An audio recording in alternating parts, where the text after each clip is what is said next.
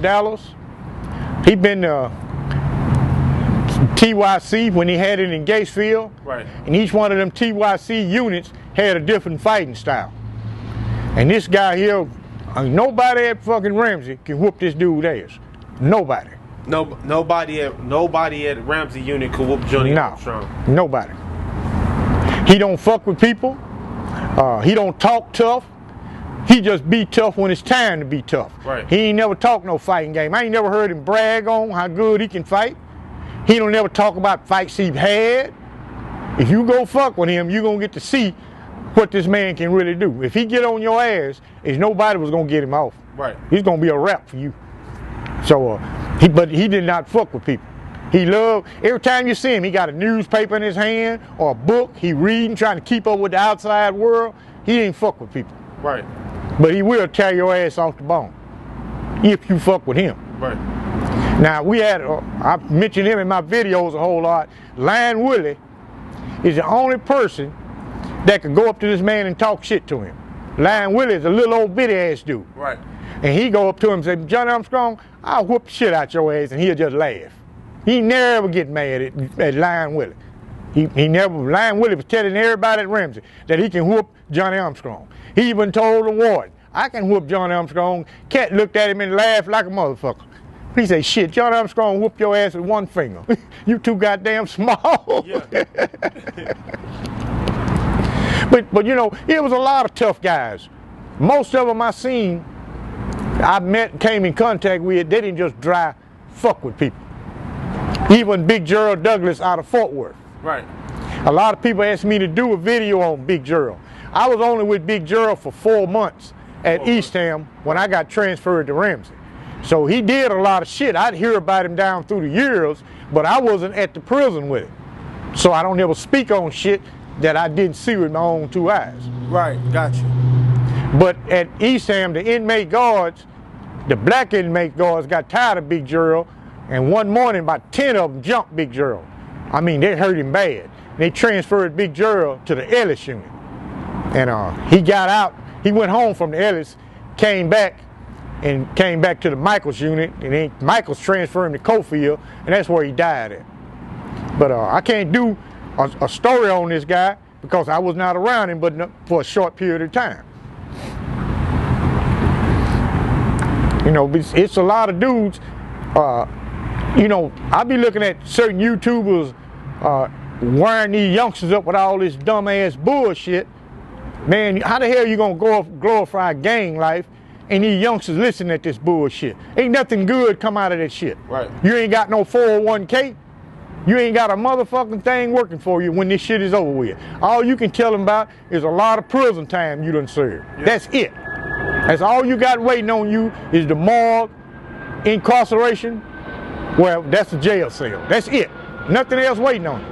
Every hustle you got a jail cell attached to it. Right. Come on, man. I don't ever encourage people to do dumb shit. I'm not gonna push you in that direction. And I'm gonna let you know the bad shit gonna happen. It's rare that I talk about the good shit in prison. It's sometimes everything flow, no problems. But that don't happen on the regular. It don't happen on the regular. Right. And you know, some maximum security prisons are better than others, some are worse than others. But any prison that houses a lot of young guys, it's gonna be fucked up. Every one of them they at is fucked up. You go over to a prison that houses a lot of old guys, it's gonna be laid back. Now Texas got 106 prisons, so about 30 of them is maximum security. So you don't never know which one you're gonna hit. It depends on your age. Right. Wherever they got available bed space. Right. But I don't know why no one gonna glorify no damn gang life. I don't see shit coming out of that bullshit. You know, if you had to join a prison gang in this modern prison, I don't know what the fuck you would do in that old prison. You had to stand by yourself. Right. You got in a fight, you was on your own. I heard you say on one of your videos, man, you was talking about the old prison gangs, and you were saying how was they different back then? The prison gang are way more dangerous than a Crips and Bloods or some GDs or Tongo Blasts. These guys here will kill your ass graveyard dead. That's why they locked them all up. They were totally different. Now, if Texas would have never locked all the prison gang members up, Texas would be just like California prison.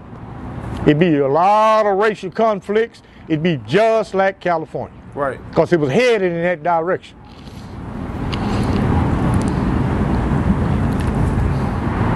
Yeah, I've only seen one guy give Johnny Armstrong a fight, and that's Sonny Blassingale out of West Dallas. People out of West Dallas know the Blassingales. Right. Now, Sonny hung in there. They had gloves on. Now, if they would have had fists, Johnny would have been took him out. But gloves gonna save you. Now, Sonny gave him a good-ass fight all the way to the second round. If they would have stopped it right there, Sonny would have won on points. Right. But the third round, it was all Johnny Armstrong. He beat him all the way through the ropes. And the warden from the retrieve unit, that's where Sonny was assigned, he stopped the fight. He threw the towel in because he saw Sonny was really going to get hurt. So he stopped it. But he the only man I ever seen come close to winning a fight against this dude. But Sonny got hell of a skills, though. He ain't no scrub. Yeah.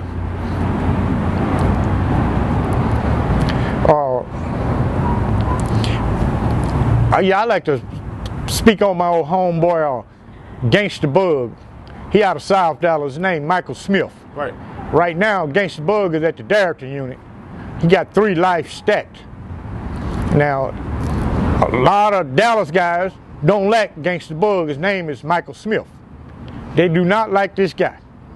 Because he checked Dallas guys all the fucking time. You come around him talking about all this pimping and all these drugs you sold. He ain't never heard of you. Bug probably just gonna slap the goddamn shit out of you. Tell you a lying motherfucker. That's just the kind of dude he is. But you know, he done killed 2 inmates. They ain't help him none. You know, I've spoke on violence before. Right. But they gotta realize I committed my violence when it was under the old system. Right. Where they didn't do shit to you. I know several inmates who got multiple homicides. Right. And they're free right now. Yeah. I got a homeboy over in South Dallas, Red Devil. Red Devil killed 5 motherfucking people in Texas prison. He's free as a jaybird. He over there in South Dallas right now. A lot of the prison gang members got double homicide. They're free. Right. And that's just because the laws was different back then? The laws was different. That's why they changed that shit, start giving you consecutive sentences. They stack all your time. And they leave you in administrative segregation forever if it's necessary. They'll keep you in there until you die. They don't give a shit. Right. So then also they come up with the death penalty if you serving a life sentence or it's a gang murder. That's it's capital murder. So that curtails some of the violence. But it's a lot of inmates got double homicides. Back in the day, all that did was make you look bad on parole. Right. You know, some of the wardens, they handle that shit internally. They never reported to the DA's office. They just discipline you at the prison, and that was a wrap for that. So, you know, once the prison changed, I had to change with the time, or I was gonna get the death penalty. Because I was hella aggressive. I saw that my shit wasn't gonna work. Different type of ward, there's a different atmosphere in Texas prison, so I ain't have no option but to change. I'd get in a fight here and there, but no major shit with a weapon. I just started kicking back. Right. I made me a vow when I was in AdSeg. I said, I get out of this motherfucker, I'm gonna chill, try to get my ass out of prison. Fuck all this dumb shit. I done did everything you can do in the prison. It's time, I done did everything except escape and fuck with a fat butt boy. Yeah. The only 2 things I ain't never did. I said, I'm gonna take a chill pill and try to get my ass out of here. So down through the years, sometimes I used to say to myself, damn, I ain't had no fight in 3 motherfucking years. Shit, I'm doing good time. I got me a female guard to fuck. I got all type of contraband. I ain't interested in no bullshit fight. Then I've been locked up so long, I know how to avoid all that bullshit. Right.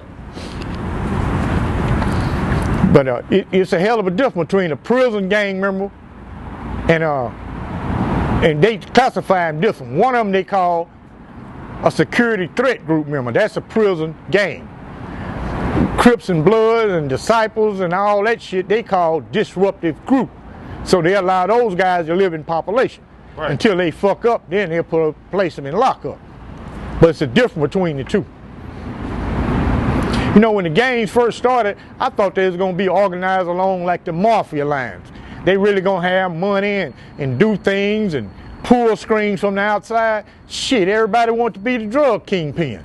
Yeah. I didn't see nothing but bullshit. Now I was looking at some of the gang members. I know from other prisons. I said, man, this dude wasn't shit at another prison. Now he's a gang member. Yeah. He wasn't shit back in the day. Now he's a hell of a motherfucker.